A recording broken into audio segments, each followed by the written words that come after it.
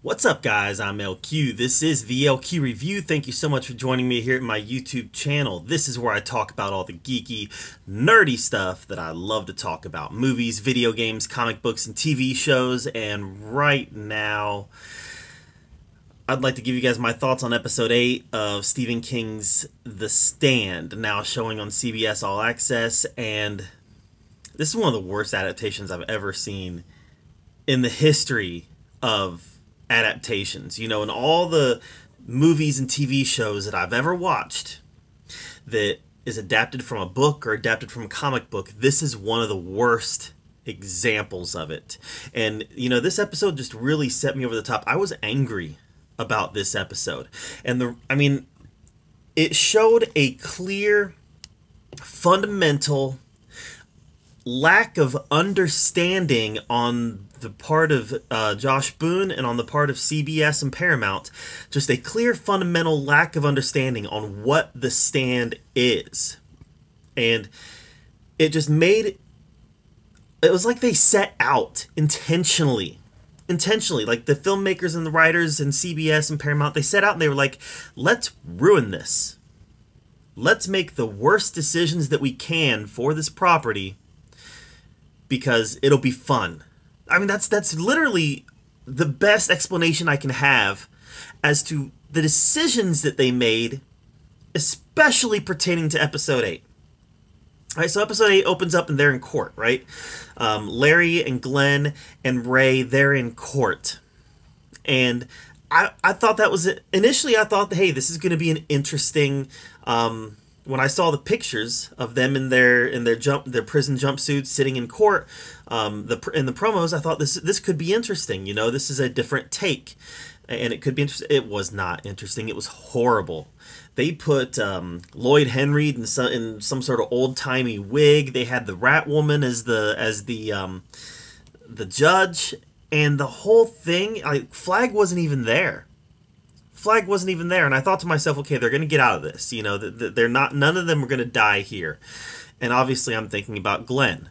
I'm like, Glenn's not going to die here because this is just the most ridiculous point for Glenn to die. And then what do? They kill Glenn right there in the courtroom. Here's my problem with this, and this is just the beginning of their lack of understanding of the source material. And it gets worse, guys. It gets worse, but this is just the beginning, because Glenn Bateman was supposed to die facing down the Dark Man.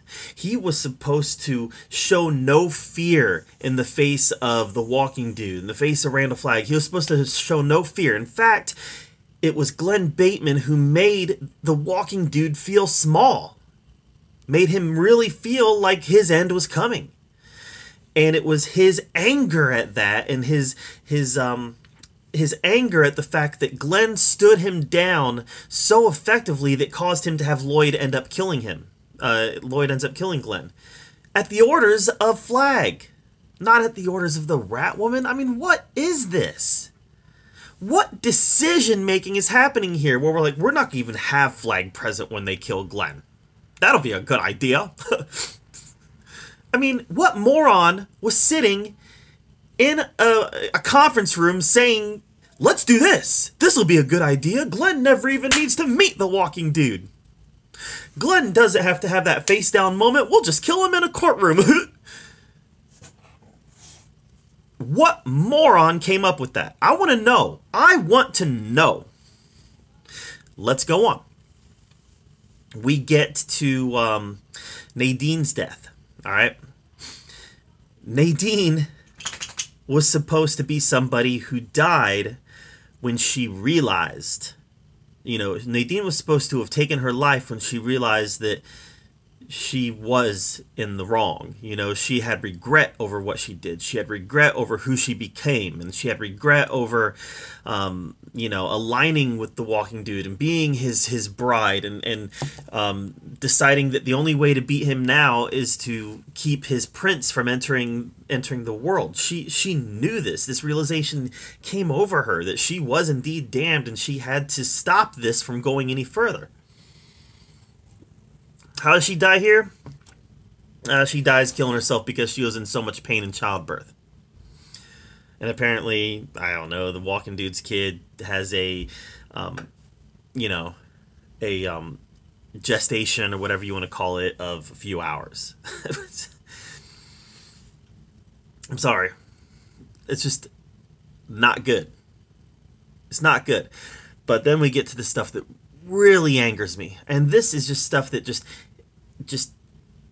gets right down to the heart of what The Stand is. Let's recap. The Stand is about a disease that wipes out 99.6% of the human population. Then the human population, they kind of form into two camps. You've got one camp led by Mother Abigail, who is basically a Moses-type character. She talks to God and God talks back. And then on the other hand, you've got Randall Flagg, who is a demonic character. You could interpret him as being an Antichrist character, or you can just interpret him as being a demonic entity. If you know the Stephen King lore and the big, the overarching big story that Stephen King has told throughout his life of writing, Randall Flagg is a little bit different than that, more in the context of like a wizard, but in the context of The Stand being told as a standalone story, you could definitely make the assumption that he is either a demonic presence or an Antichrist type presence, or at least ushering in the Antichrist. So Mother Abigail has her good people, and then she sends 4 of them on to face the evil, to make their stand against the evil. And in the book, and in the 1994 miniseries, which I respect so much more after seeing this garbage, so much more. But in the book, in the 94 miniseries, they eventually, Glenn dies facing down Randall Flagg, and Larry and Brentner, they die on their feet. Let me say that again. In the book, and in the original miniseries, Larry and Brentner die on their feet. They don't die on their knees. The whole story is called The Stand. It's about them going out there to make their stand. In the book, in the original miniseries, when the people in Boulder learn that Larry and Ralph and Glenn are not coming back, they take solace in the fact that when the end came, I'm sure they met it on their feet. That's what they were sent there to do, to stand. All right, they were supposed to go there and stand against Flagg and stand against evil and be taken out on their feet. Instead, they're taken out on their knees. Whose bright idea was that? What moron in CBS, what moron in Paramount, what moron on this creative team thought to themselves, hey, let's have the people in The Stand meet their end on their knees. That's a perfect way for the heroes of this show to end. What kind of ignorant person comes up with this idea? It defeats the entire meaning of what this show is and what this story is. It spits in the face of what the story is.